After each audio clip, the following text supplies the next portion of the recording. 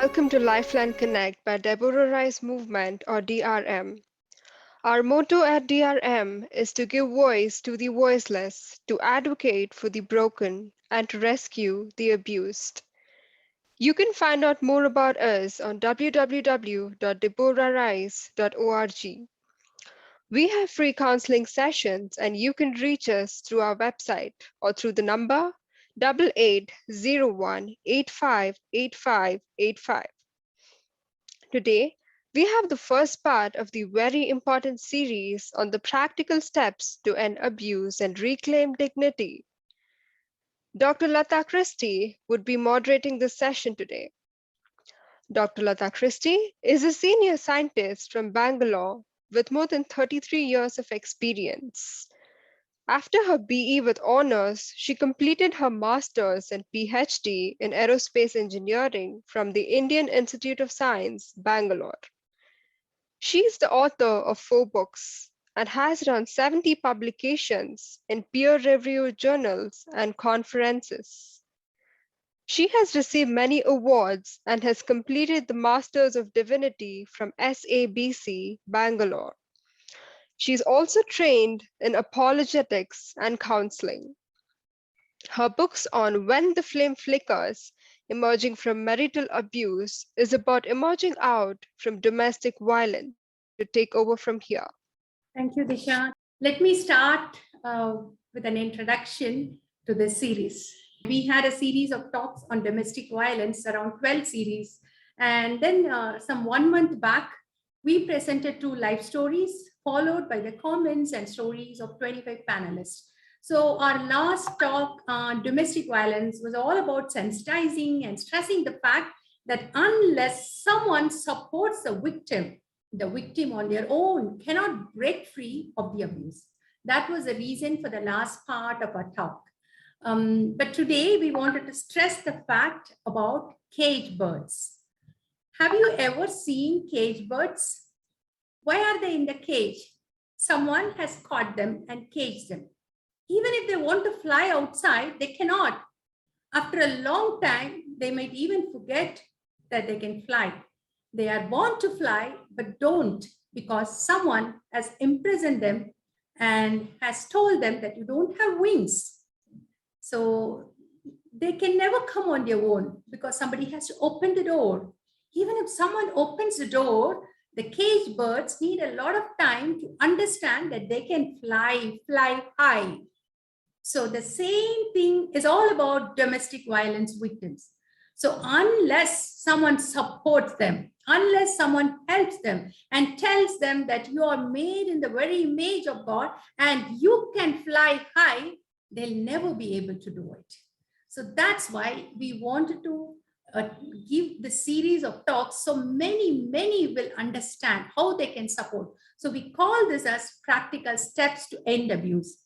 Today is the first part of this series, Practical Steps to End Abuse and to Reclaim the Dignity of the Abuse Victims. We are not talking from a feminist perspective. We are talking on behalf of family and societal perspective. We acknowledge that there are men victims too. Since the statistics show that out of 10 who are abused, only 1%, that is among 10, there's only 1 is men and the other 9 are women. We wanted to stress on women and we will be talking from women's perspective. We also encourage male speakers in our forum because without men, we cannot take this fight across. So why we want to stress this is abuse breaks families.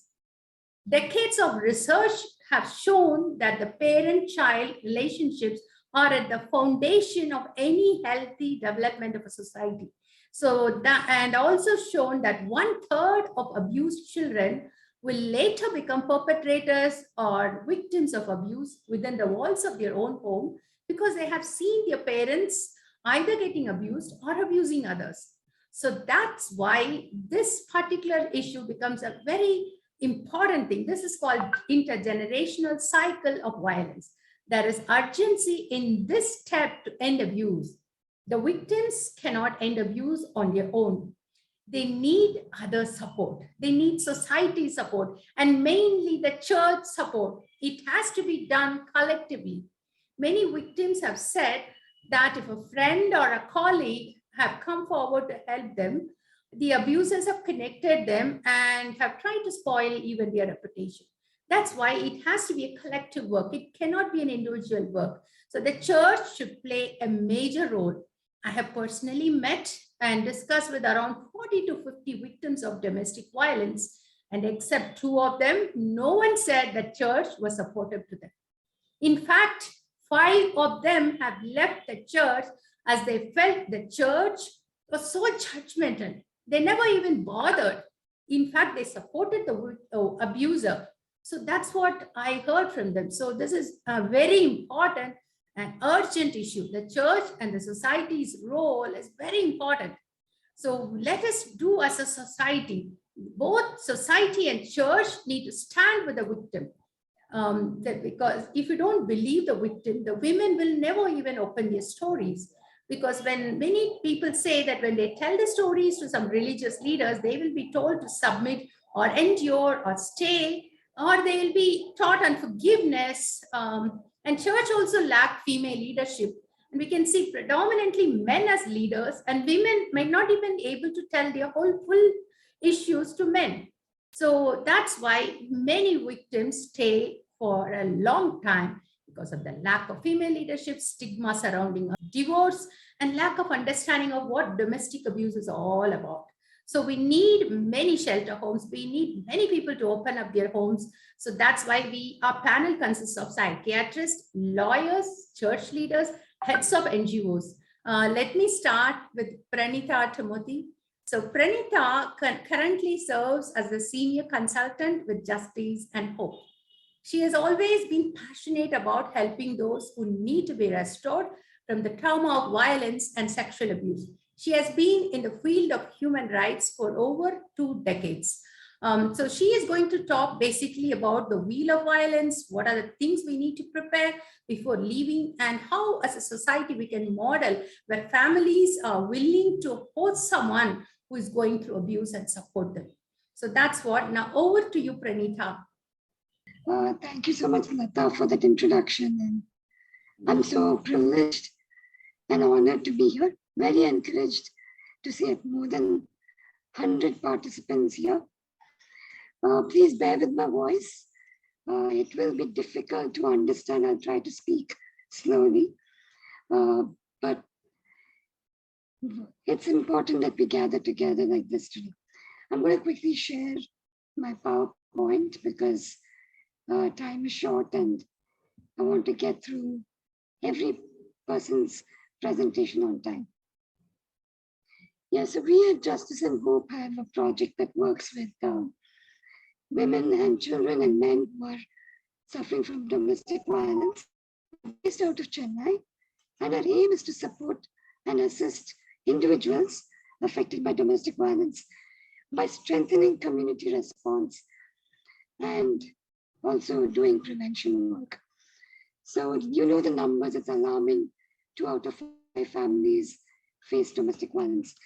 Now, in my experience, the most difficult part is to convince someone to come out of their situation of violence. It's because of many reasons. It's because of what should I say, the societal pressures. It's because of the religious pressures. And of course, genuinely, someone gets into a marriage because they would dream to have a family and they don't want to break a family. They don't want to break relationship with the people they love. So it takes a long time to convince someone that their situation isn't safe and the dangers of living in a situation of violence. So this is what typically happens. And I want to quickly take you through the violence wheel or cycle of abuse.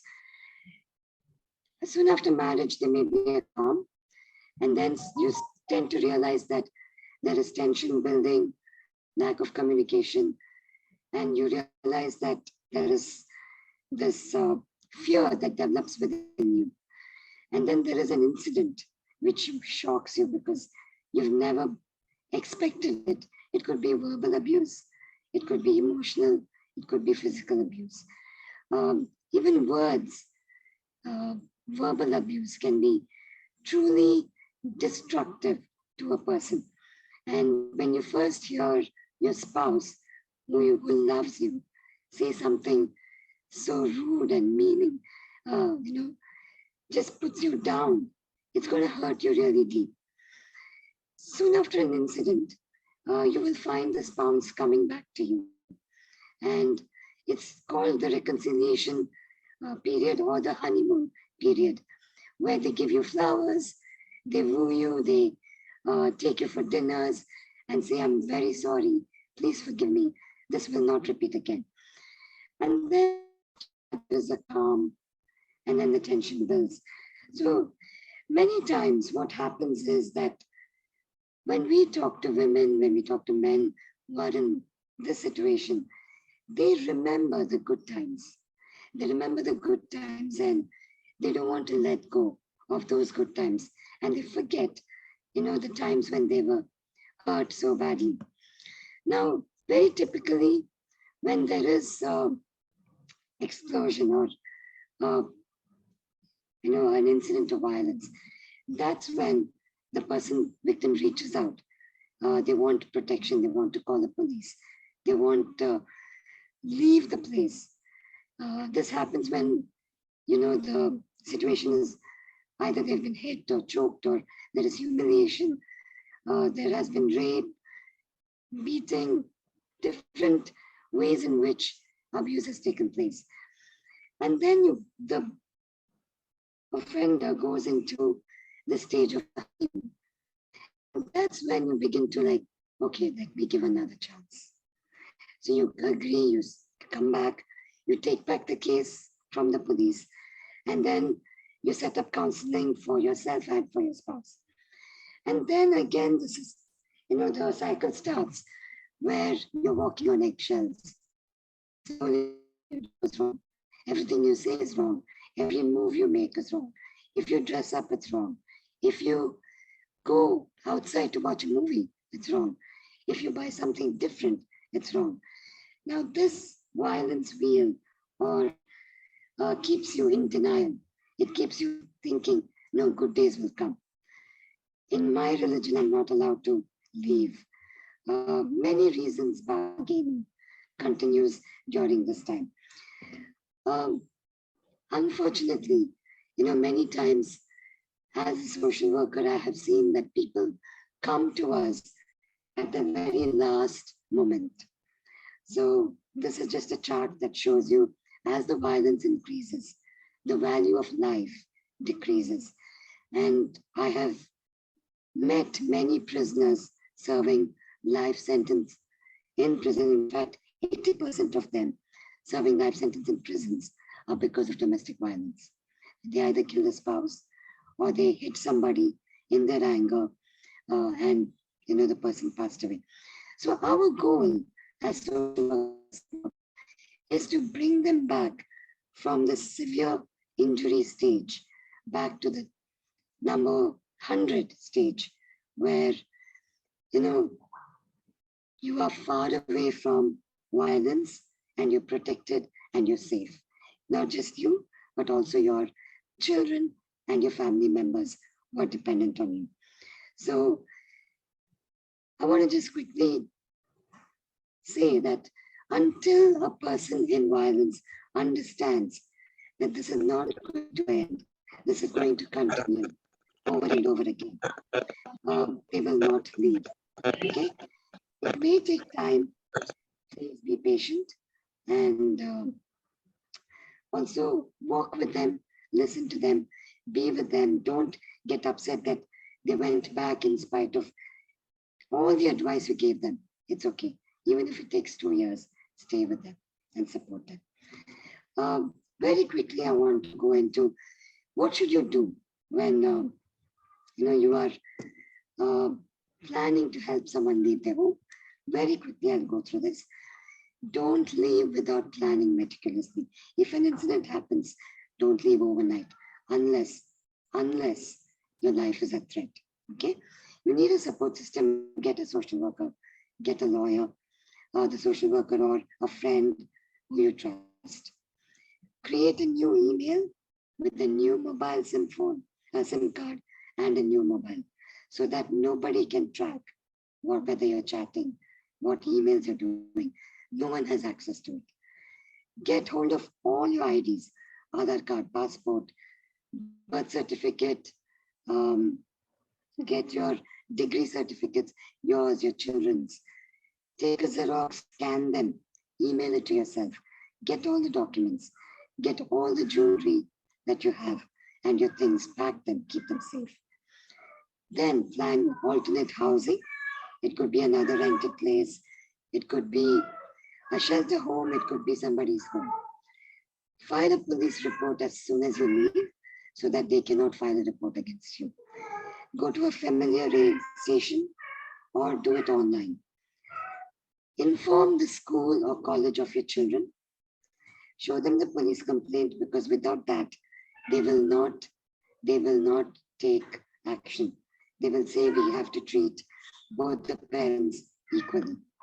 So without the police complaint, they will not take action, and tell them not to allow the spouse to come in contact with the children. And finally, in your new place where you move, inform security, association members, neighbors, that they shouldn't allow the spouse in the vicinity. So these are a few steps that you should take. And we are in Chennai. If you are in Chennai and you need help, our helpline number is very easy to remember, 9500 25000. And I want to talk finally about one thing, is that without support, like I said, it is very difficult. Work with the people. And one model we have found very effective is across Chennai, we have families who have committed to open their home at any time in the day or night. They're willing to take in people who are being in a situation of violence. They're willing to take them in, maintain confidentiality, face the harassment, and work with us in meeting with the police as well as the legal system. So I encourage you as a church, as an individual, as a community, if you can make that decision to support victims of domestic violence. Thank you, Dr. Lata, for this opportunity. And Thank you, Pranita. Thank you for working for abuse victims for so long. You know, intimate partner violence can have long-lasting effects. It's not only for some time, it can have a long-lasting effect for a long time, for so many years. So even when the abuse happens in someone's life, the damage will carry even unto the old age. And evidence suggests that intimate partner violence is associated with increased risk of depression, depressive symptoms, and also with incident suicidal attempts. And so all these are not my thoughts, it's all research says. So they say that domestic violence may be a factor in up to 25% of suicidal attempts in women. Of pregnant women who are battered, 20% attempts suicide. And but this mental illness is hardly detected because on the outside, people don't look broken. You don't see bruises. You don't see scratches. People don't walk down just like that on the road. People confuse, normally people confuse having depression with feeling depressed. Depression is a mental illness, and it is much harder to understand, even much harder than heart issues and cancer and others. When I was struggling with depression, I used to feel that I should run on the road and kill myself, some sort of thought without my knowledge. So many thoughts used to come parallelly in front of my mind. And I even wanted to do suicide every minute. So that time I was not able to control my thoughts. My thoughts used to go without my knowledge. So many thoughts parallelly at one point it used to come. It was purely God who helped me to come out of it. And we need psychiatrists and psychologists because I used to wear a smile all the time. Even though I had a lot of pain inside those days, I used to wear a smile. That's what, if you see a victim, you will not be ever be able to understand they are going through suicidal thoughts. So you need to be so close to her and understand, and you need to connect them to psychologists and psychiatrists, because it's better to talk about mental illness openly. And what is so strange in mental illness is there is a stigma. And we have now Dr. Jamila Koshi, a consultant psychiatrist. She is attached with Baptist Church Hospital in Bangalore. And she's also involved as a family counselor. She's a writer and trainer on gender justice concerns. She has done her MBBS from AFMC Pune and her PG degree in psychiatry from Mumbai University. So she is going to talk about how this mental issues and the social issues, and how by early interactions by church and others, we can protect the life and the sanity of a victim. So over to you, Jamila. Thank you so much, Dr. Lata, and yeah, thank you for um, inviting me to speak here to you all. Pranita's session was interesting, and it showed us how women in the acute situation have to often, react, and how they have to sort of move out of the home in very desperate circumstances. In my contact with abuse victims, it is probably it happens in the in the stage after the explosion of violence, okay, in the conciliatory phase, in the honeymoon phase, and that in the makeup phase of the cycle of violence.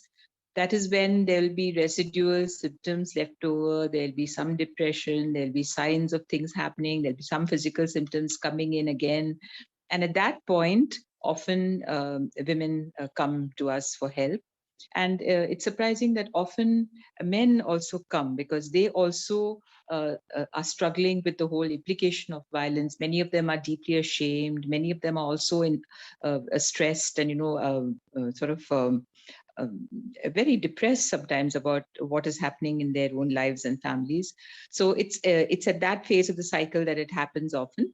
And then after they have left, or stuff like that, so in the post-traumatic phase also, there'll be a lot of incidents of women coming in. They might come in just with depression, anxiety, some other symptoms, but when you look at the past history, the history of abuse will come up, and you realize that a lot of their symptoms have come from the past trauma, the abuse that they suffered. So that is generally how psychiatrists come into it. I must say that most cases don't reach the psychiatrist ever. Okay, the bulk of cases are handled by by women themselves. They don't tell anybody. They just struggle through it. They maybe tell a friend. At best, they may somehow, if it is really severe and acute, they may manage to get help from social workers and organizations. It's only at the later stage, sometimes when the depression all sets in, that they come for help. Okay, so how would one identify these victims if they didn't come to you? If they didn't come to you, you'd see signs in the fact that sometimes many of them have a lot of physical symptoms, okay? So they'll have headaches, body aches, unexplained pains, okay? Sometimes depression is covered up by those symptoms.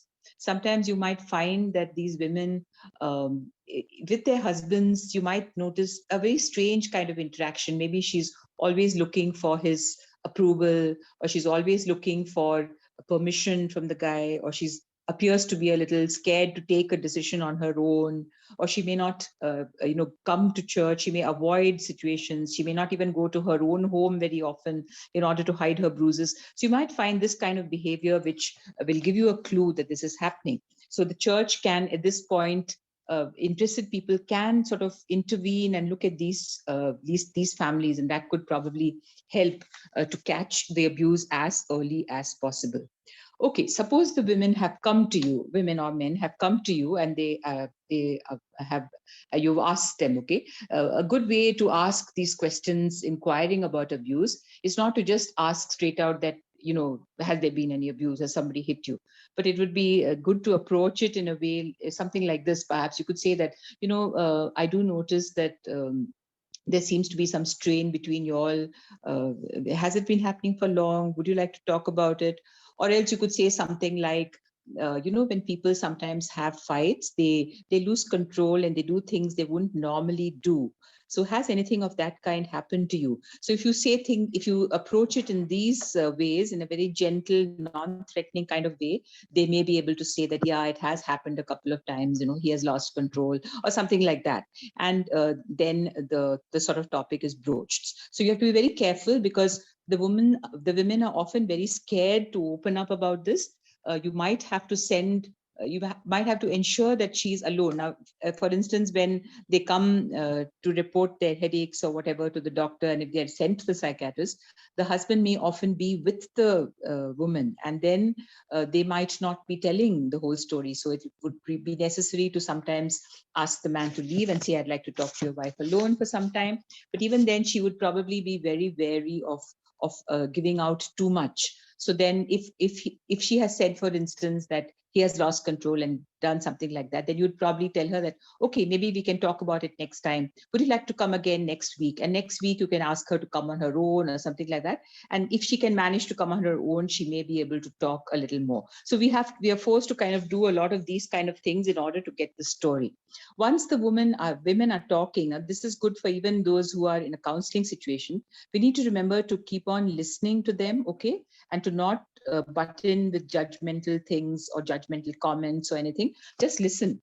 Often, once the door is open, a whole lot of stuff may pour out, and it may take days, it may take several sessions for the woman to actually just express a lot of her emotions. And what we notice is that emotions are often very tangled and very, very mixed up and very conflicted and very ambivalent. Concern for the husband with anger, worrying with shock, and worrying with feeling that I have to be loyal to him anyway, wanting to keep it silent, along with wanting to tell, fear for the children's lives and what is happening to the children, a fear for what your parents or the in-laws will say. So there are all these convoluted emotions which you have to very gently tease out, and allowing the women to talk about all this will take a long time.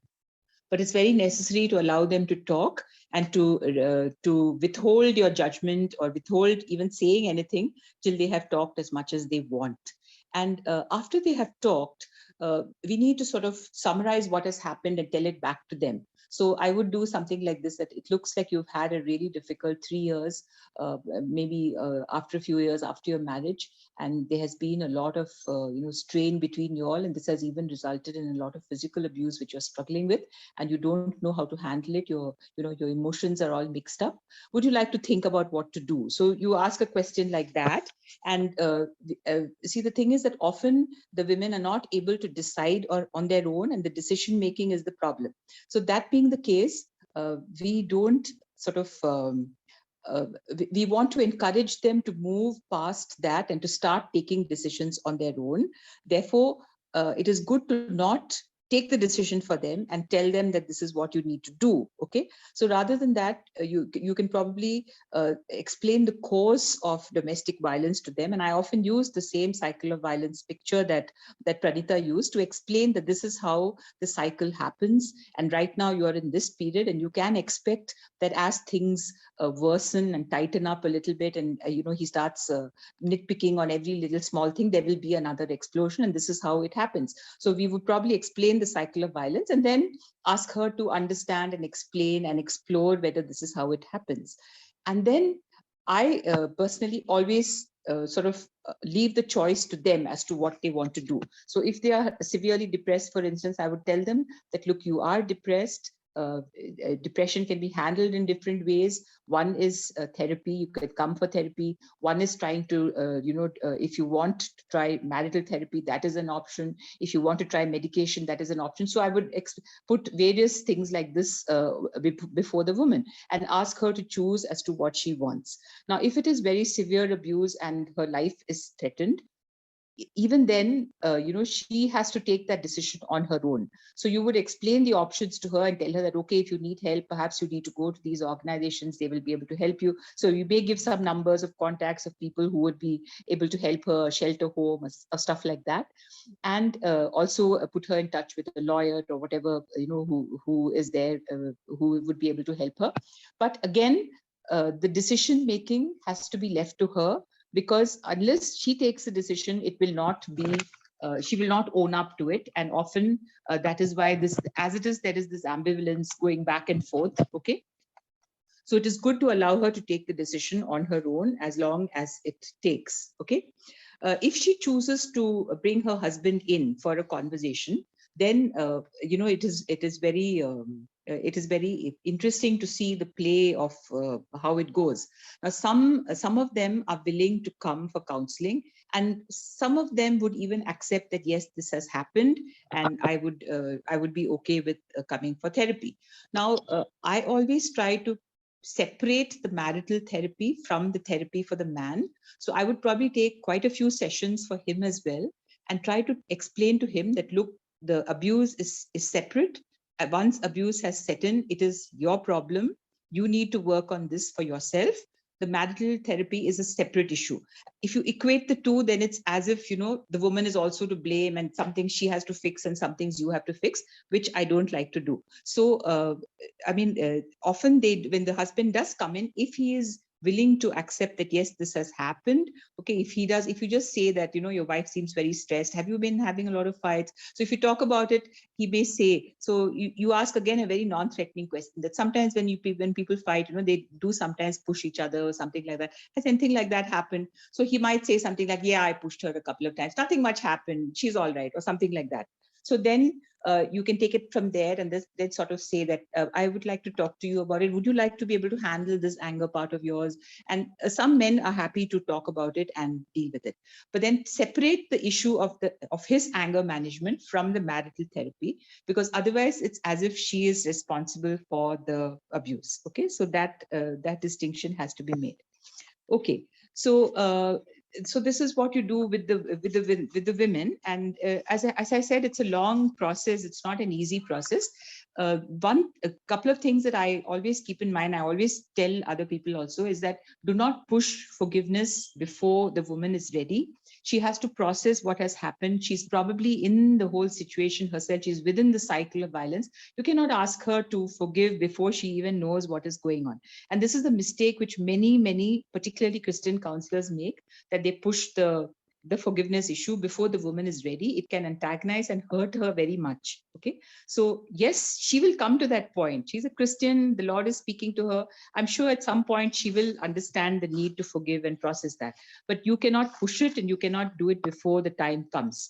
Also, I think that it is not correct for us to push either of the viewpoints on her, that divorce is wrong or divorce is right. You should divorce, you should separate. It's none of those things are advisable. Probably it's best to put her options before her and put her in a position where she has to take the decision herself, and continue to tell her that I will support you whatever you do.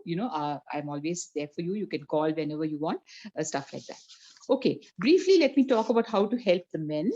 Now, the men who abuse also, we must remember, are human beings, made in the image of God, marred sinners, just like the women. And they also are probably struggling with this a lot. Now, there are some of them who are, people who are, say, antisocial personality disorders and stuff like that, who do not actually feel any remorse for this. Okay, a lack of remorse and lack of empathy is classical of antisocial personality disorder. Some of the abusers have this problem. So they don't have any remorse. They will just continue to blame her. They will be very superficially charming and all that, but all the blame for the abuse is put on the woman, and they won't. So these men are far more difficult to work with, because they are trying to manipulate everybody, including the doctor. Okay, so this takes a lot of it takes a different way of handling. But many men who are, say, borderline personality disorders, men with substance abuse, or men who have seen a lot of abuse themselves in childhood, they may themselves, go into this abuse, as Lata also mentioned, and I think Pranita also mentioned. Now, these men are more ready to sort of deal with the issue, and these men are also people who are also struggling and suffering themselves. So often they need a lot of counseling and they need a lot of work themselves. And sometimes it is possible to work with them to help them to come to accept responsibility, to learn that to forgive. Okay, so if caught early, particularly, there are some men who have responded very well. So we need to have our eyes open to this as well, because a lot of work is done with women. And I always feel that very little work is done with the actual abusers. Okay, so the church has a huge role to play. I think I have probably taken as much time as I could, and probably have overshot my time a little bit. Have I, Lata? So I'll stop here. Okay, just to encourage that the church can help both the women and the men at every point of this cycle. We can also help families who are abused, and particularly focus on children, so that we're able to help the children to come out of this, okay, so that they don't repeat the cycle in their own. There's a transgenerational sort of transmission of. We can also work in society at large. Men and women are equal. That men should not expect respect and obedience from women without giving them the same respect back. And these things have to be taught in our churches and in society. And this is all that the church should be actively doing. So thank you so much, Jamila. Thank you. You gave the right perspective from psychiatrist, from psychological angle, and even how the church has to intervene at the early age time. So now I wanted to just bring out the same fact what she was talking about. Many think that abusers will be like goons or loudmouth or a tough guy with a lot of tattoos all over his body. We always connect angry men with abusers, right? We never connect abusers with a successful businessman or a college professor or a Christian leader. So we never think that. But actually, anyone, people who have a very great relationship with your family, with your boss, and the others, they look composed and friendly, never losing their temper, can lose their temper with your wives and can abuse them to the maximum extent. Sometimes the more educated an abuser is, the more knots he knows to tie in the woman's brain. He might be better at getting her to blame herself, and she'll never know that she has to come out. Thus, the whole setup of abuse is very difficult to understand. And so one lady whom I know, she went to court more than 25 times, still she never got her divorce. So we need the intervention of court. The lawyer should understand, the court should understand. So we have a lawyer with us. She is Beulah Jemima, and she has around 30 years of experience in litigation. She has handled civil, criminal, family, property, and corporate matters. She holds a master's degree in the commercial law. She is a certified mediator at the Bangalore Mediation Center and is also certified mediator from the Indian Institute of Corporate Affairs. So I would like to pose some 3 questions to her, because I wanted to take up this question of divorce. The tragedy of the divorce is the stigma that we have placed on this sin. Divorced people are often shown less mercy, quick judgment, and staunch condemnation by the church. And actually, divorce is a traumatic experience. It's a long process and it breaks down that person. The document just acknowledges the breakdown, the inability or unwillingness of the individuals to resolve the painful issues. So many Christian lawyers, they don't even take up divorce cases. I have seen my friends, one of my friends, she's a strong Christian. She believes that if she fights for abuse victims for divorce, she's doing a sin. So, and some Christian, some lawyers have even supported the abusers taking money from the victims. And so all these things put up a lot of tension on the victims. So as a Christian lawyer, what do you say? Do you advocate divorce? And how do we find a right lawyer? And how do we help them? So firstly, thank you for giving me this platform to speak. Yes, to answer your question, first of all, we need to understand that all human beings are of unconditional value and are made in the image and likeness of God. So we should love and we want to be loved as well. Now, when any person is abused, it is going beyond the paradigm of what's God's view for us was. Like, I'm just starting it off to just tell you that, because it's so important to understand, like, as we all know, marriage is a covenant, and it is a covenant, and God designed covenant, which was meant to be forever. God designed man and woman to be forever. But if, what is a covenant? Covenant is an agreement. And if that agreement is broken by breaching some, what you're supposed to follow, an agreement is between two people. And when that is breached, what happens? The agreement loses its sanctity. So that's exactly what happens in a marriage. So it is the abuser who is actually breaking the covenant of marriage. So if a lady or if a man, now we are specifically talking about women, so I'll confine myself to women. So if a woman is being abused and she's in radical danger, then radical danger justifies divorce and separation, because it's harmful to her life, risk to her life, her children, because she's being, she could be, it could be marital rape, it could be violence of the gravest form, wife battering, it could be any kind of abuse, emotional, sexual, financial, physical. Now, any kind of abuse is supposed to be very harmful for her mind, for her body, and it's going to really cause a damage to her psyche and her being total, and the children as well. So in that situation, it justifies divorce and separation. I do not. Now the question was, do I advocate divorce? No. I do handle family laws. I have handled a number of divorce cases. It does. See, now when being a Christian and talking and profession is and being a lawyer could be contradictory, because sometimes a Christian lawyer will have to fight for our professional ethics demands is that we need to take up whatever matter is, whatever the case is. That's the ethics of our profession, and not judge where is the right, where is the wrong, who is at fault, who is. That's not our business as a lawyer. Our ethics demands that, and I just need to take my client's case and defend it. But having said that, I would like to speak for myself, not for the other Christian lawyers. I personally feel that profession is, or a job or whatever I do is, we'll have to work because it is a God-given thing. Working, we need to work, and my work should be done, and I believe that I should do my work in such a way that I honor God and glorify God for whatever I do. So it is, again, if I feel something is wrong, I don't have to do that, I don't have to take. But that doesn't mean I don't handle divorce cases. I do, but I choose which I need to take, where there is a victim, because a abused wife need not have to suffer and put up with someone who has abused her because he has broken the covenant of law.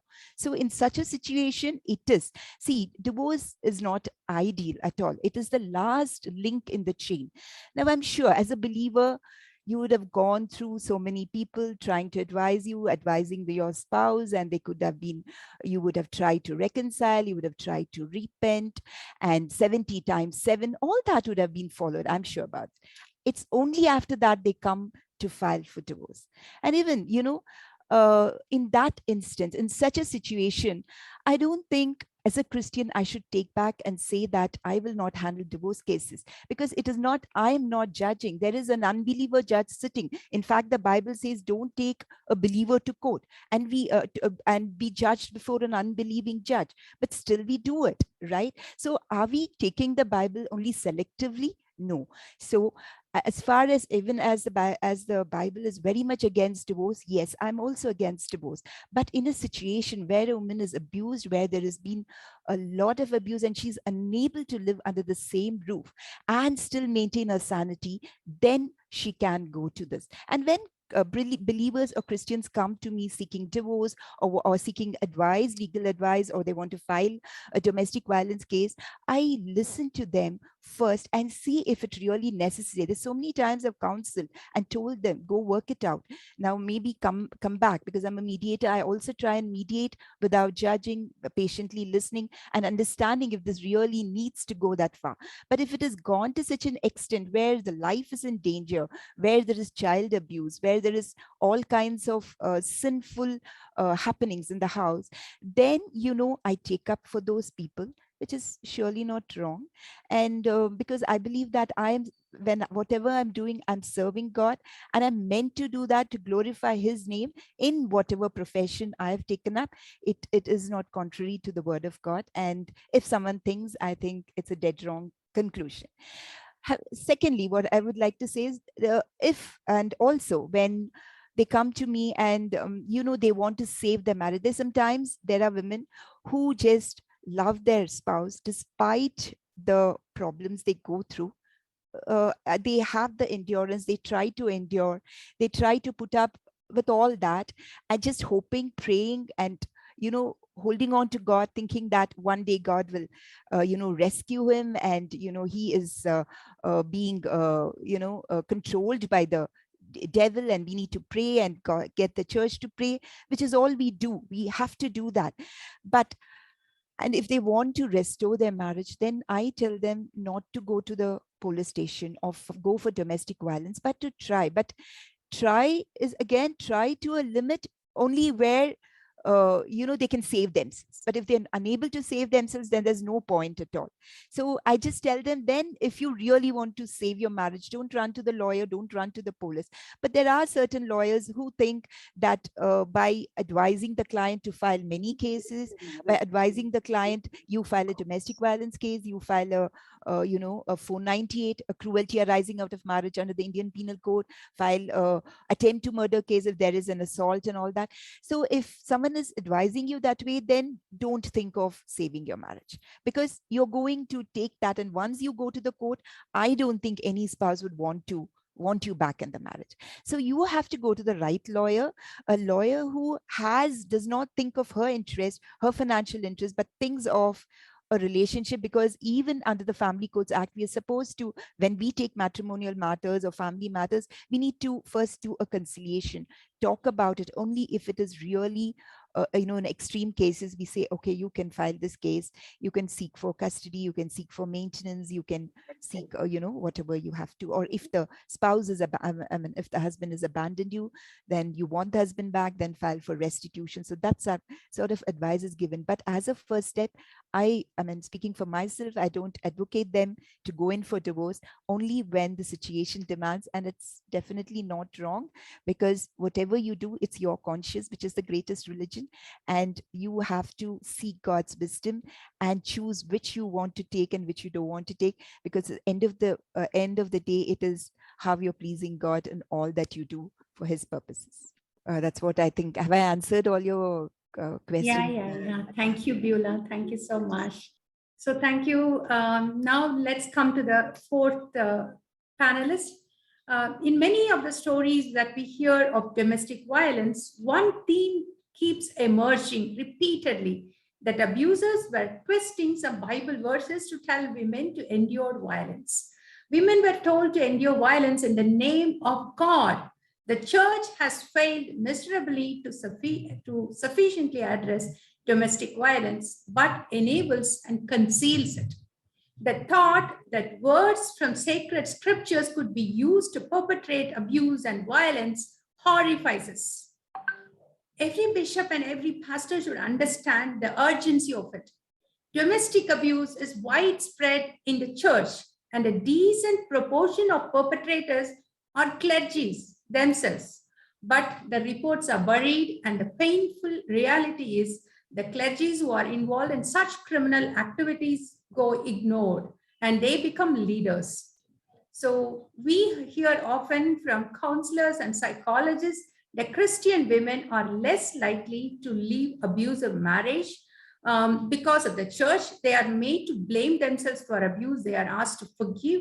And they think that maybe abuse will change by prayer, and unlikely, they're never protected by the pastors. Yes, prayer plays a major role, but why, if no one supports, what will happen to them? So I found many women have left the church. Many of the people whom I know have left the church.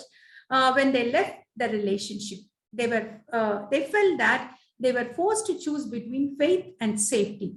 And their faith was finally challenged because of this. So now let me ask my question to Grace Rajan. She is a Methodist minister on deputation, serving as strategic partnership director for South Asia in Wycliffe Associates, a global Bible translation agency. She was basically an engineer, passed out in 91, but she changed tracks after God lifted her up in a tragic fire bus accident. She is trained theologically now with masters from Serampore and Demon from SAIX. Over to you, Grace Rajan. I would acknowledge the fact that the church has failed. Most of the panelists, and including Dr. Lata, was telling about how the church has failed.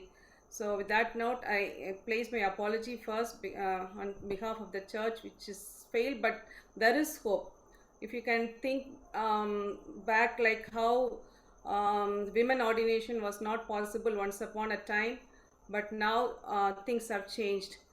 So there is hope. That's what I meant, because I was quoting women's ordination as an example, which was not possible once upon a time, but this is really happening now. So ending abuse and reclaiming dignity from a pastoral perspective. And so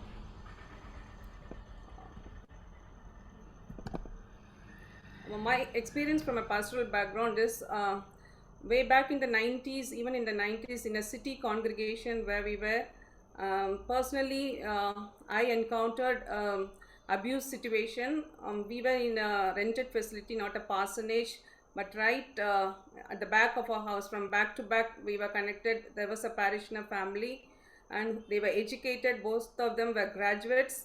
But I could see that I was very young at that time, and I could see an abusive scene right in front of my eyes.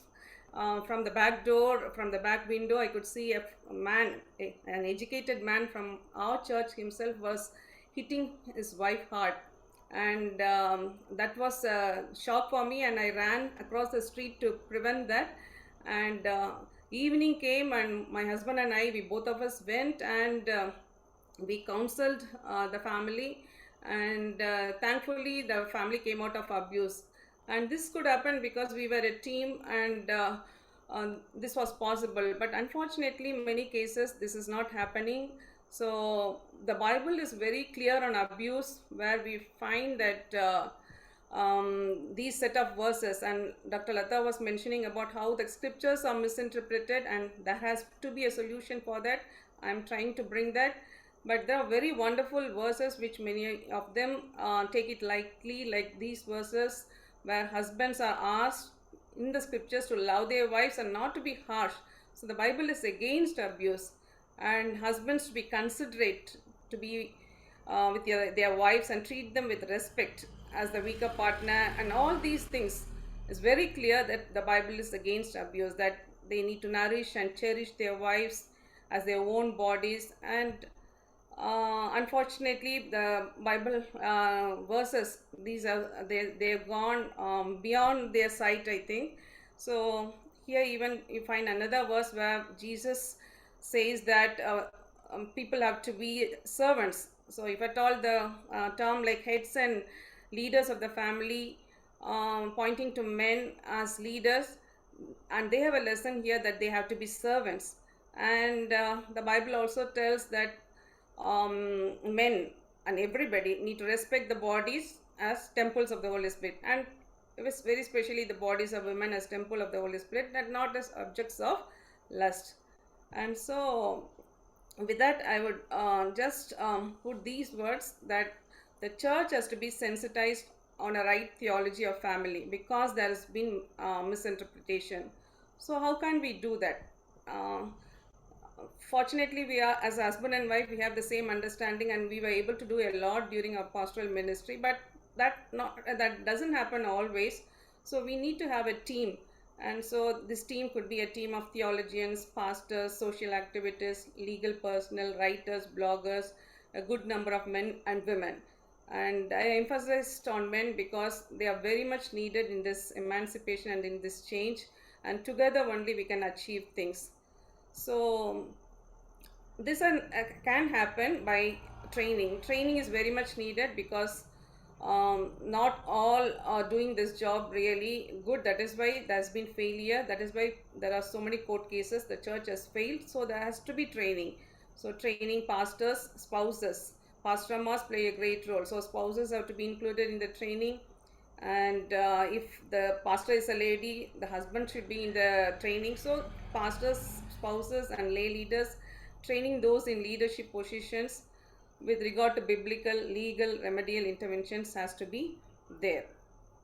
And so that being said, and yeah, so this is very important because we need to motivate the church towards a policy decision, because in mainline churches and even in any independent church also there has to be a decision as a body. So this is very important, and we might say that is not happening in India, but the Catholic Church in India is trying to do that, and the Church of England, if you go to the website and see how much they have an exhaustive measure to check this check on the abuse of women. They have really given it clear and crystal clear on their standing against abuse. So the changes that's been happening, there is hope and things will change for good, and let us hope for the best.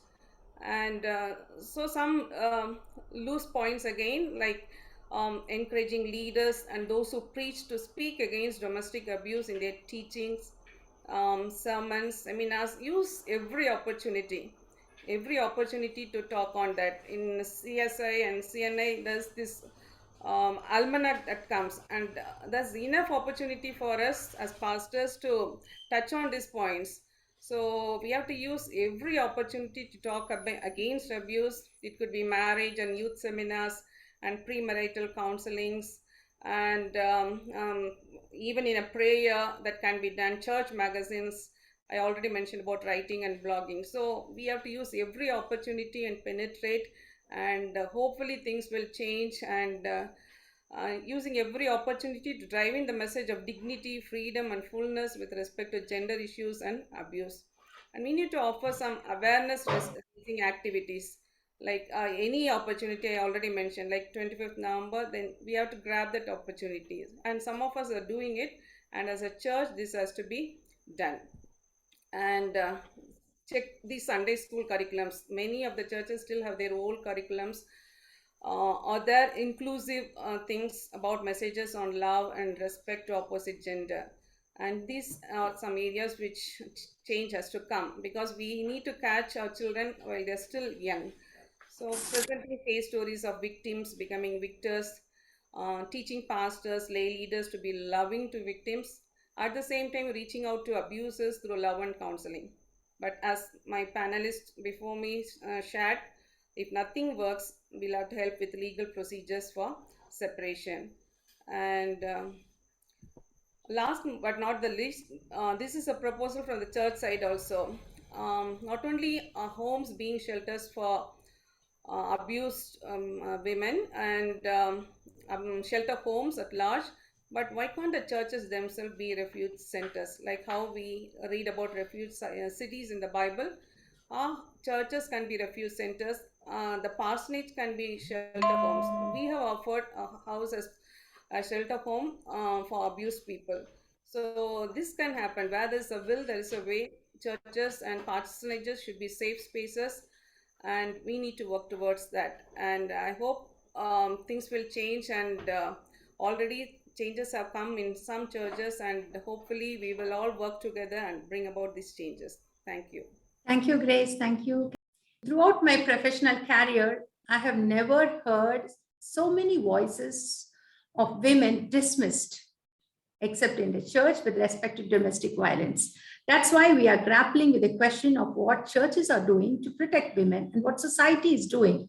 So now we have Brinda Adige with us, and Brinda has completed her MSW from Bangalore University. She pioneered India's first child protection helpline called Makkala Sahaya Vani in Police Commissioner Office in 1997. And she has pioneered training module and workshop for gender sensitive, people friendly police supported by UNICEF that was included as syllabus in Karnataka Police Training Academics. And presently she is coordinating Safer Cities free from violence on women and children, with reference to legal aid, access to justice, victim compensation, and witness protection, supported by Hans Seidel Foundation, an arm of the Bavarian Parliament. She's also part of Mukti, an alliance to end human trafficking and bonded labor.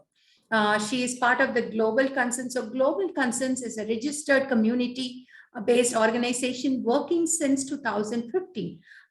So she is going to present an overall concept after listening to many people, many of the panelists. She's going to tell the need for convergence and coordination of support services, beginning with awareness, helplines, first contact, crisis intervention, shelters, rehabilitation, and restoration. So over to you, Brinda.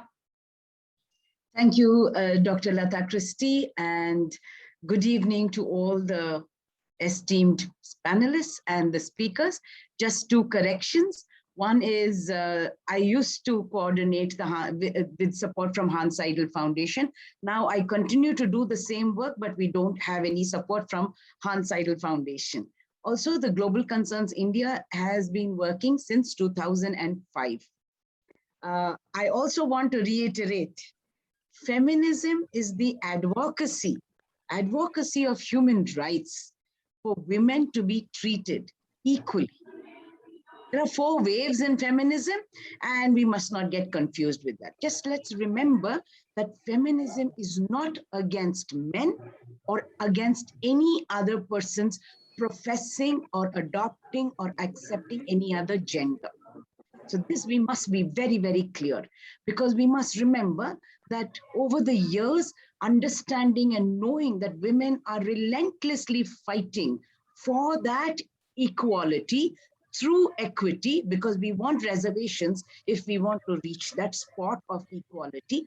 There are these new information that keeps coming in, which are false often, because you and I know that it is not correct, but we also do not want to contend and tell them off that this is wrong. So we need to understand that we should not be apologetic about being a feminist. There are 4 ways. We can choose and decide what it is that we want to ask for just now.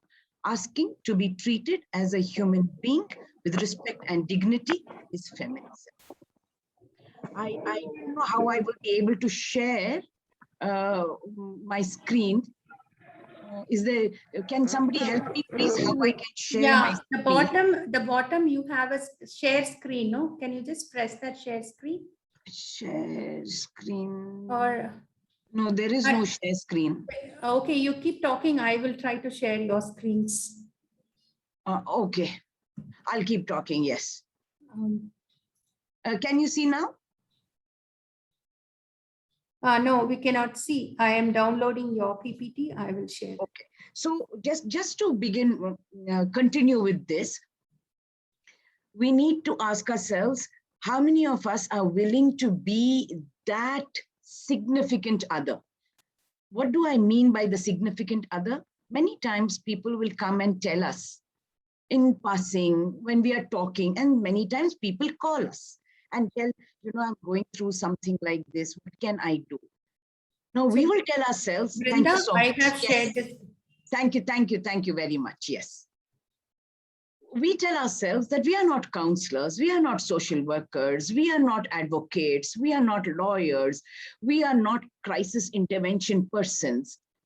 But we've heard that call. That person chose to open herself to us, or himself.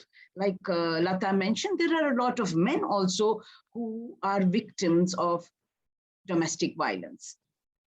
If we've been the first one, then let us make that choice to attend that call. When I talk about the call, it could be a telephone call, it could be a conversation, it could be also something that somebody just wants to talk to you and you've heard about it. Our job is to listen actively, because many times as women, we are conditioned and prejudiced with these conditions to be patriarchal in our thinking, because we've also been told how a good woman should be, how this good woman will hold the family together, how this good woman sacrifices and does not talk about what happens inside our house outside. Now, all of this we have heard again and again. And that's why it becomes important that we make the choice to say, can I tell her that there can be a different decision that you can take? Firstly, to talk about, because we have been conditioned to silence, to cover up for our perpetrators, whether it is in our homes, communities, or in our churches. So talk, and I will not judge you. Just like Jamila said, let the person speak. We don't judge. We also must remember that it is not difficult for us to be focused and to be receptive. Yes, we must go through training. We must go through different kind of skill enhancement. But these are also skills and qualities each of us can start talking about and imbibing. Understand that we can become that attentive listener, because many times friends will talk to us. They don't know that, we can be counselors or we can be people who will give them a different suggestion and an idea, but we need to listen to them, because when you listen to the person talking without your attention being diverted and without making any kind of a judgment. When this person calls, and if you are also this helpline, remember that you learn to summarize, you paraphrase, like Jamila pointed out, ask open-ended questions so that the person talks more and more. Because many times the people are so muddled, they will go on telling you about what happened that particular moment or that day, and then forget to talk about all the other important things that are still bothering them, but they don't have words and phrases to talk about. So this is the first contact when we talk of a crisis. Next one, please. Thank you. We heard two people talking about the helplines. One is, of course, DRM itself, and the other person, Pranita from Chennai. I'm sure that all of them have their repository of all these people that they can talk to, all the people that they can call. But remember, every time we get an emergency call, it's that time that an agency's phone line is not working, the person is not free, they have their own rules. Today, the last 2 years with protocol, we've had so many challenges. People are saying that, yes, we'll give you shelter, but if there is no COVID test done, we won't give it to you. If there's no vaccination done, we won't have the person come inside. So let's remember to coordinate and collaborate, which means we want people who are on the same page with us, not cause further challenges to us. Every helpline, every counselor, every doctor, every shelter have their own protocols. But can these protocols be having concessions that are flexible when an emergency call comes? Now, emergency calls don't come all the time between 9 to 5. We know when these emergency calls come. We also need to remember that some of the calls that we get are known as ventilation calls. The person goes on talking without coming to the actual issue or the support that they want or the referral that they may want. It's a lot of patience on our part. And some of these ventilation calls are also calls where people yell and scream and shout and make us feel, the person who's listening to them, it's because of you all of this is happening. We need to understand from where they come, from the pain, hurt, and trauma that they are talking to us about this. They called us because they know that, or somebody told them you will get some kind of a support. So always put yourself in the shoes of the other person. Yes, you don't have to tolerate this for too long. Tell them that if you are not going to come asking for the kind of support that you might want, maybe you should cut this call, drink a glass of water, and call me back in 10 minutes. But these ventilation calls, don't put them off. We do get angry because all of us also listening to calls, talking to people, our own work, our own tension gets to us. But remember that this call is as important as a call that might ask for an emergency support. Next, please.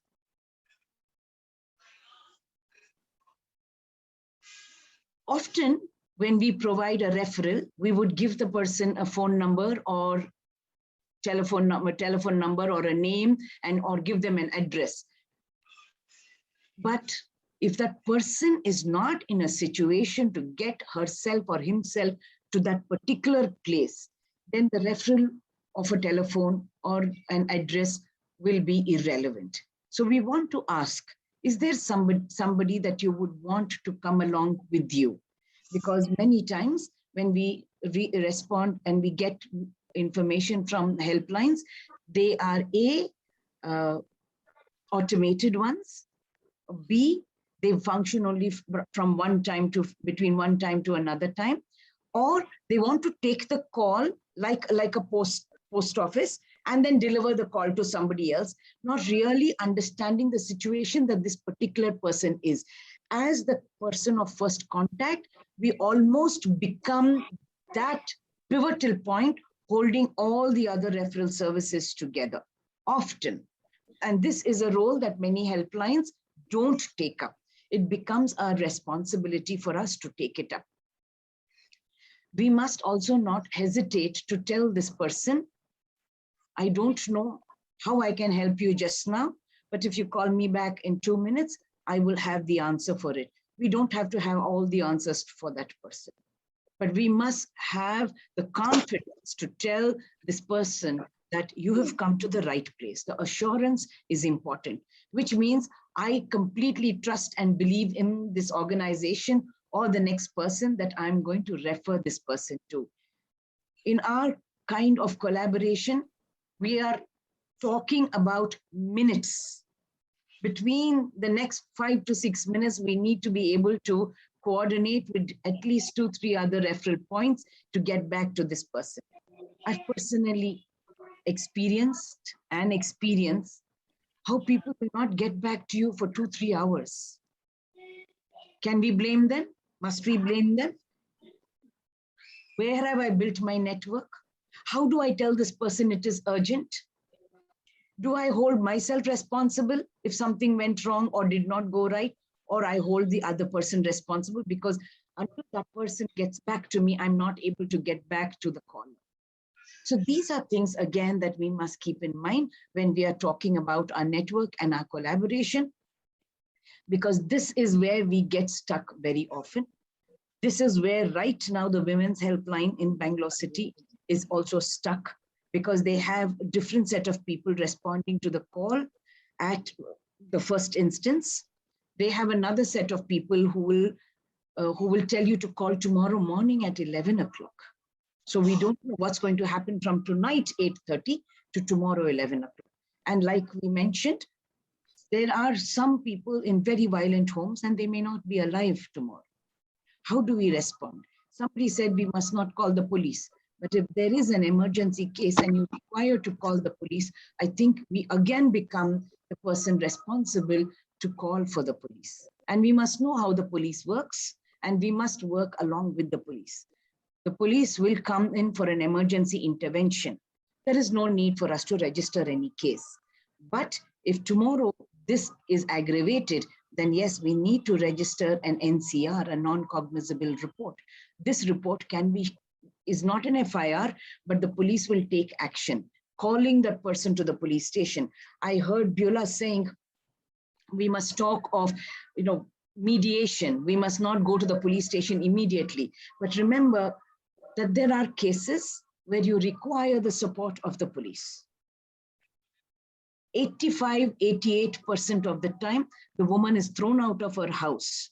She has nowhere to go. Nowhere in Bangalore City do you have a home that can immediately take in somebody from, say, a middle class or an upper middle class, or a person who is working in an office to give them temporary shelter. So these are issues that we need to keep in mind.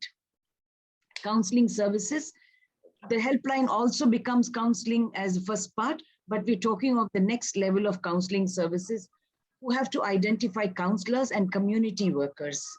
I can only counsel over the phone or when the person comes to me.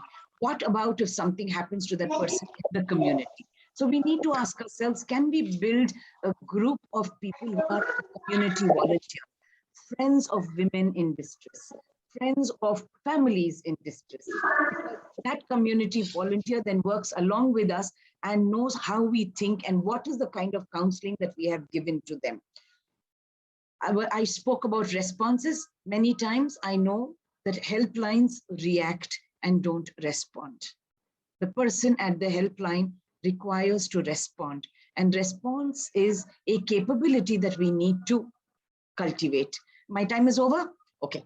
Now you go to shelter services. Are all shelters safe shelters? Should all shelters be safe shelters? According to me, all shelters must be safe shelters. So if they are safe shelters, they could be shelters for temporary, crisis, or long-term. Nobody, not even the courts, can force us to give them the address of that shelter. Right now, we have lawyers who are insisting that the woman give the place of her stay. Let us know where you're residing. We want to know where you are staying. Now, we also know that there are men, families who are very powerful, very influential, and will come to the shelter and cause a lot of disturbance to the victim survivor as well as to the other inmates in the shelter. So we must advocate. Right now, this concept of safe shelters is not very strong in our country, in our city. We have very, very eminent lawyers who are actually forcing women who have moved out from their homes and living in these safe shelters, telling them, give us your address. The court also gives visitation rights for the children. Some of the shelters have the women living with them with the children. And the lawyer is saying that I want to come and meet the children at the shelter. No, that's not possible. That cannot be allowed. So I would urge Dr. Lata and team, if we can build an advocacy group to advocate and tell the government that safe shelters for women must not be forced to give addresses. That is a safe shelter. She is an adult. She can live wherever she wants. And I need not be giving you my address. There are many cases of marital rape, sexual violence, as well as rape by a third party, not within the family.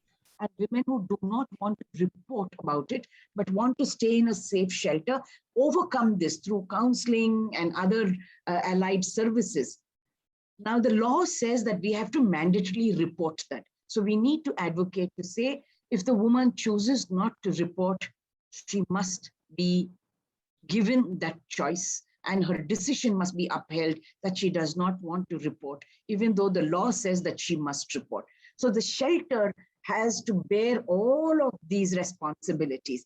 And I'm hoping that we will have strong shelters, a strong network of shelters and professionals who will address all of these issues. The other thing we must remember are shelter protocols. Sometimes if I'm the helpline and I've referred a person to a shelter, there's somewhere in my head that I'm responsible for that woman. Yes, you're responsible. And I forget that I cannot go and visit her at the shelter without the express permission of the people in charge of that shelter. Irrespective of how well-meaning I might be, we must remember the shelter protocols have to be upheld. Yes, we must continue on our work of rebuilding families, communities, and people, because we are still we've not entered that area of prevention very strong, neither are we in the area of restoration that is very strong. So these are the 4 areas that we must absolutely build on. Women's rights, respected and upheld, shelter and all its protocols, prevention, advocacy for restoration. Thank you, Brinda. As she said, it's a very important thing. Shelter homes need to be built. And next talk, we are going to talk about shelter homes and how DRM is planning to set up shelter homes in different places. If you are ready to open up your house for shelter, please contact us and we would do every support for you. And also, if you can help us out in setting up a shelter home, either with money or resources or with people who can be there and who can help, we would be happy, because this is our aim to give a safe home for every victim. If all the panelists can switch on your videos, it will be great. think everyone can unmute and you can ask questions. But before that, I'll just ask some of the questions that have been already posted in the chat. Jamila, are you there? How do we identify and avoid abusive relationships, personalities prior to a serious relationship or marriage? So it's all about how do we find the red flag? How do we manage such subtle abuses at the workplace? Right. How to figure out before marriage? Yes. How do we identify and avoid abusive relationships before marriage? And how do we manage such abuses even at the workplace? Okay.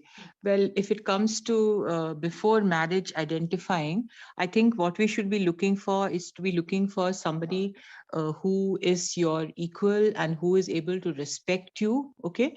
See, a lot of the problem in abuse, as we see, comes because of these gender roles which are expected, and this whole, this masculinity being dominant, and the idea that men should be obeyed and respected and women have to sort of follow. And if you don't, then the pattern of abuse is copied from what happens in childhood.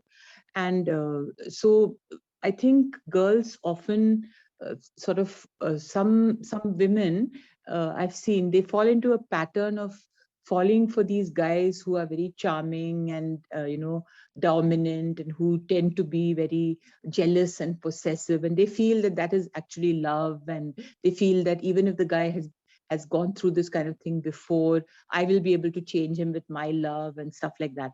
It's a very romanticized, idealized picture of love. And I think girls need to be warned against that sort of thing. You can't fix anybody's problems. If they have these deep-rooted problems, they need to go for, only the Holy Spirit, or, deep therapy is going to change them. You are not going to be able to change them. Please don't marry someone with the notion that they will change you. Look for somebody who will respect you.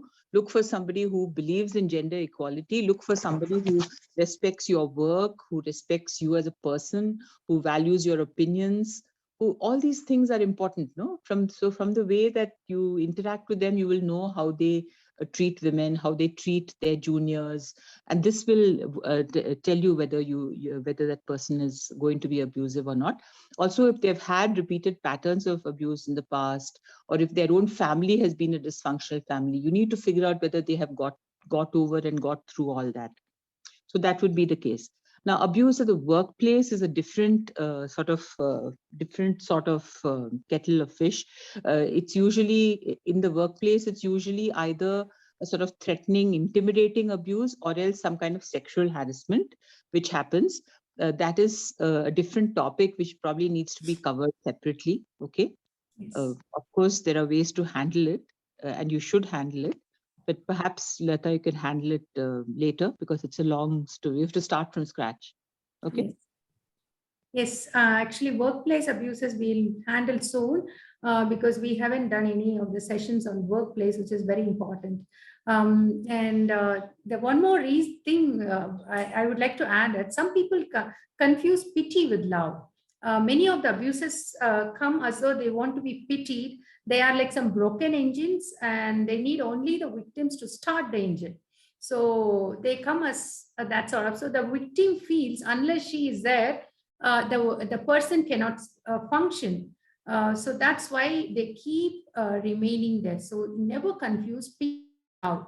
Love always thinks from the other person's angle.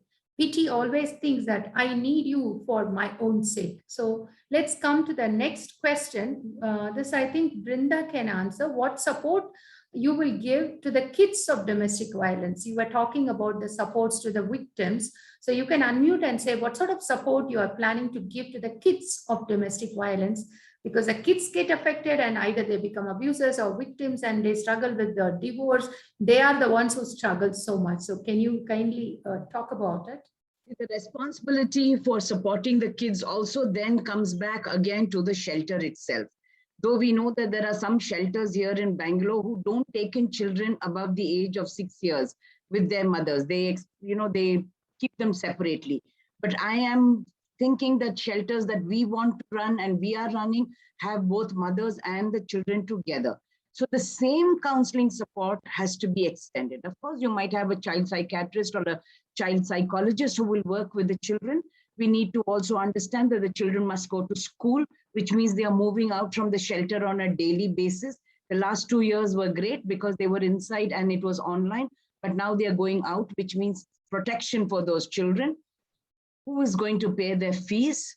Which is the kind of schools that they will go to? So women have to be also counseled that once they are in the shelter, they cannot think of sending their children to an international school, irrespective of how much their ambitions are, whatever they want to aspire for their children.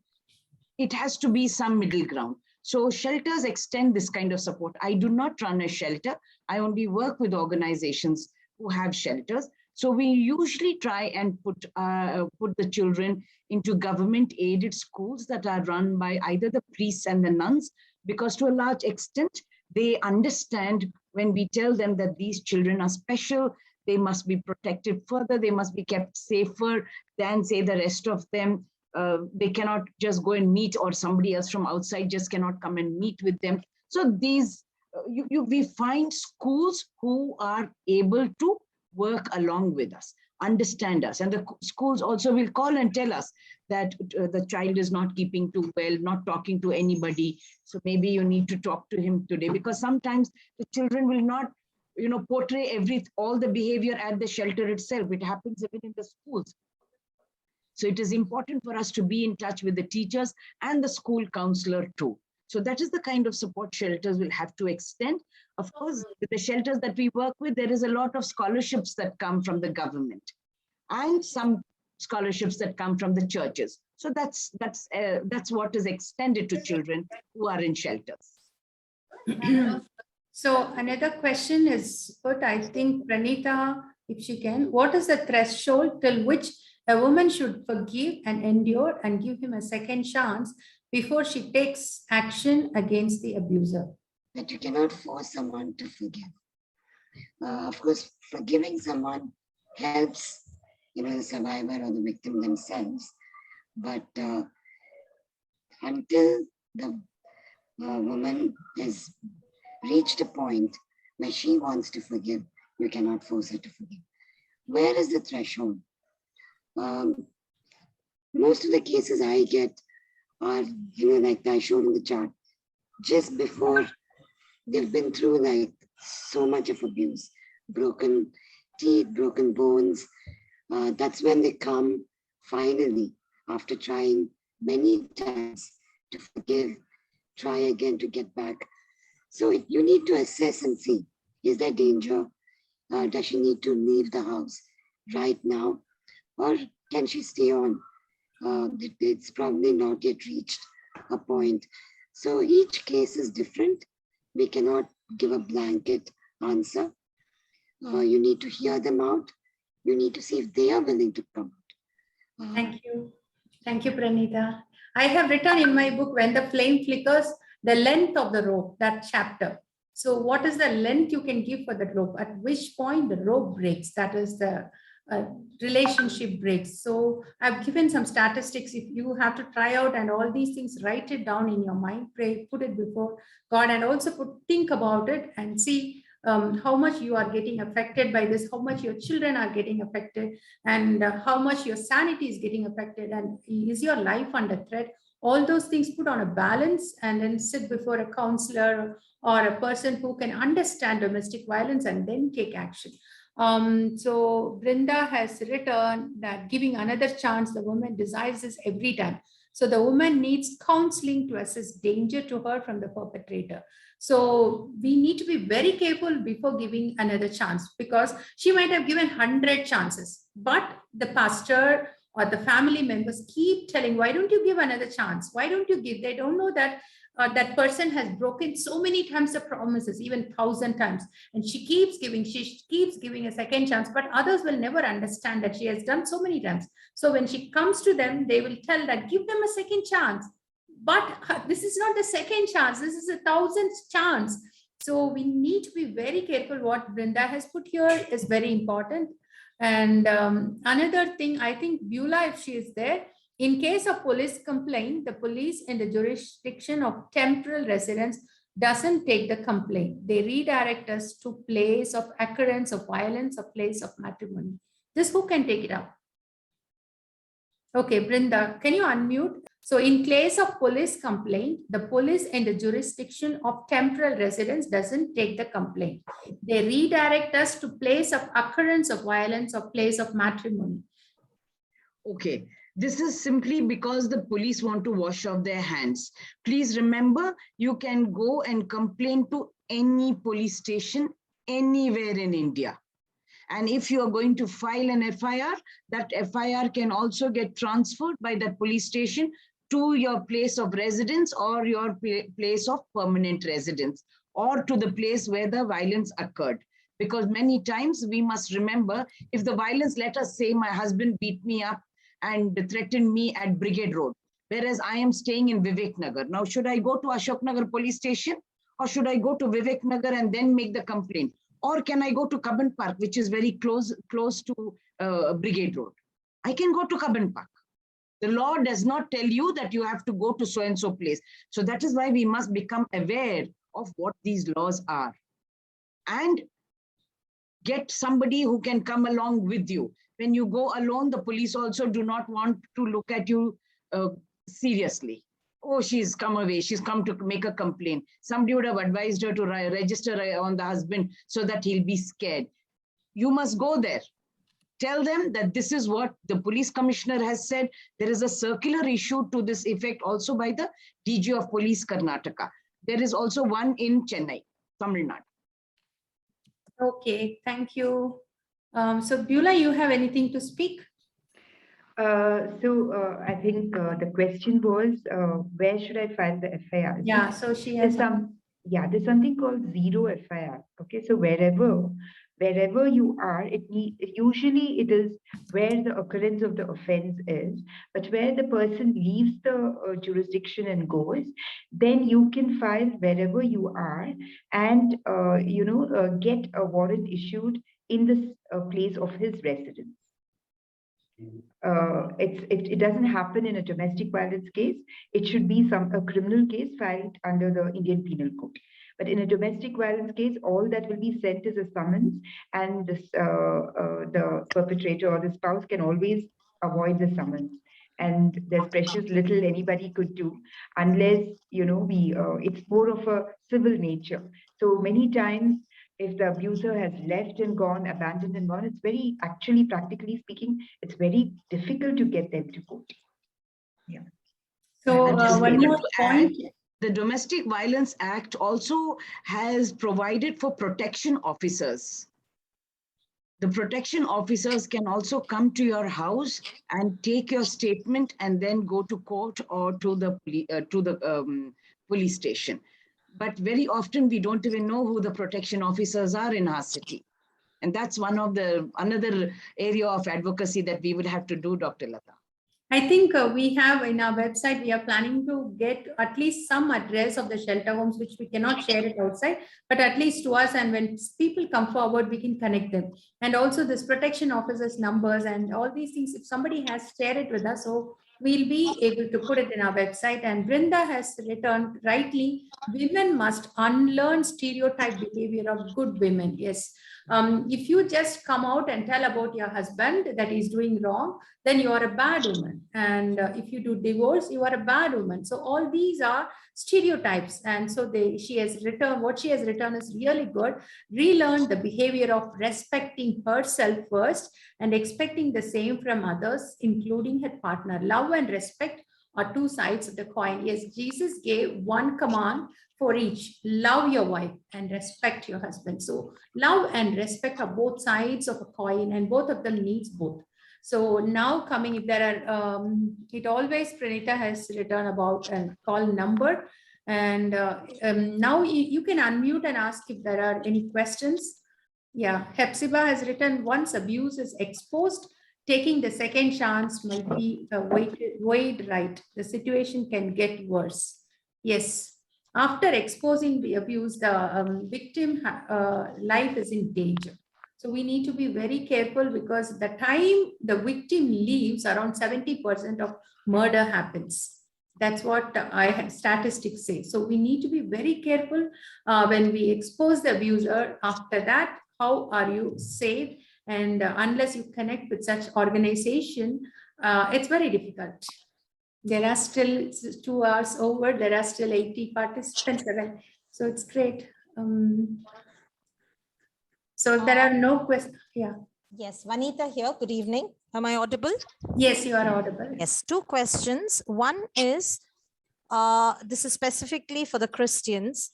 When we go through abuse and accuse of addicts and alcoholics, we do not have support systems for rehabilitating them when we have financial crisis.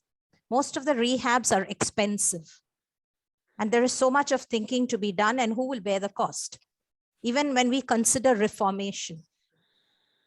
2, when they come out and there is no change, is there a shelter home for them to heal and probably give them a chance of changing, weeks or months, so that there isn't stalking, and like somebody said, you need to be very careful in taking all your documents and valuables. Sometimes there is no time for it.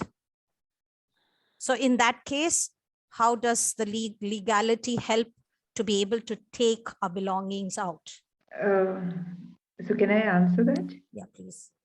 Yeah. So the last bit, of course, not the previous, the last bit, what you said, how does legality help us?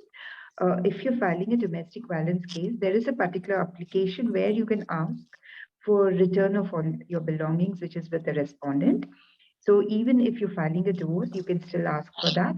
You can, even if it's a divorce case or any kind of a case you're filing, you can always file a domestic violence application, which the DV Act provides for you. It need not be a DV case. Suppose you filed a restitution of conjugal, or you filed a divorce case or a custody case. You can file an application from the DV Act in that particular case, asking for return of your belongings, and the court, will direct the other person after the objections are filed and the order is passed on that interim application. So rehabilitating is what they've already spoken about, the shelter homes and all of that. And the Act itself, as Mrs. Brinda said, Act itself provides for shelter homes, for protection officers, medical facility, all of that the Act provides for, the statute, the DV Act provides for all of that. But of course, practically speaking, ground realities, these protection officers are definitely not very amenable or people friendly. So again, if you go through an NGO where voices are strong, probably we can get them to do their job. That's the ground reality. Vanita, there are very, very few centers that extend alcoholic or drug addiction rehabilitation free of cost. In Bangalore, we have one of them. And in Bangalore, we also have another place where men can stay in the shelter for 4-5 weeks and recover. But we now find that as soon as the lockdowns were open, the shelter is full and they're not able to take anybody else over there. And the funding has also cut. So maybe somebody else must think of something like that, because right now only the churches are working on the Alcoholics Anonymous. That group meets together, but the de-addiction part of it itself is a huge challenge. There's only one center in Bangalore that does it free of cost, but they are overfull. They're full. Government centers always have some beds, so they can always go to a government hospital. Nimhans, for instance, has plenty of beds. So de-addiction is done routinely in almost all government psychiatric centers. So if people are willing to sort of, when money is at stake, money is the question, then you can always go to a government center. Is there any other chat questions? How to respond to verbal abuse, use of profanity and heal from it? This is a very important question. Many of the abusers, they use very dirty languages. This is just to put them down, that you are no one, you are a very morally very bad person. Those sort of words every abuser uses. So I have just, as I said, around 50 people whomever I spoke, almost everyone said that they use very profane words. So how do you deal with that? How do you heal from it? Words hurt a lot. So how do you heal from that? Yeah. So see, the thing is that there's a lot of stuff to process and to sort of understand about what happened during the process of abuse, and verbal abuse is one of them. The issue is actually the issue in verbal abuse is believing that what is said about you is true. So that's the actual thing, no? If someone says that you're a bitch or you're a this or that or whatever, so what you are thinking is that my husband is saying this about me. How have I allowed him to feel this way? I must have done something. So there's again conflicted emotions of guilt and self-blame and belief and all these things which get mixed up together. So processing what you are feeling and what you are thinking, talking about it, is what is going to help you to process and get over it. So a lot of times there are faulty thinking on the woman's part also in responding to verbal abuse. So when a guy says this to you, so you believe it and you think, I must be a bad person, that is why he's saying this to me. Or I must have behaved in a certain way, that's why he's saying this about me, or something like that. So in therapy, what we would be doing would be sort of exposing these faulty thoughts and responses and helping the woman to change her response to that, to understand that if a person is using profane language, that is totally his responsibility, and only his mouth gets contaminated by what he's saying, and nothing else. So coming to that understanding takes time. Yes. That would be the process. Thank you. Thank you so much. My mother used to tell, if a dog barks, would you bark back? But I think Jamila is similarly telling it's like before prayer, I myself have a thing to ask. When Dr. Jamila was saying, I'm prompted to ask this, like any other abuse, even verbal abuse, children are watching it. So as Lata was interpreting, like dogs barking and that analogy, but still it's painful for women to understand, grapple with the fact that children are watching it. Yes, that is completely true. I agree with you. And that's why the children also need a lot of help to understand that we have to explain it, sort of allow them to talk about it, and then help them to understand in very simple words that sometimes dad and mom also do things which are not correct. When they are angry, when they are stressed, they also have done things which are not right, and help them to understand the things which are, which are not to be followed. It's not easy. It's very difficult for children to not pick up those habits if they have heard and seen and lived through them. No? Yeah, it's a huge problem. That is why we should take abuse so seriously. Yes, verbal abuse makes, I have seen many cases, the children using the similar words what the abuser uses. So, and they have got problems in their schools and colleges. And so it's and I have seen only very few children of abused relationships have come out proper. So it's not easy, but with God's help, it is possible. And now the last question, how can we train our young children to recognize and identify that? We have also answered. Now, in case of domestic violence, the police are generally lethargic, and in case of dowry harassment, they forward it to social welfare board where they don't render justice.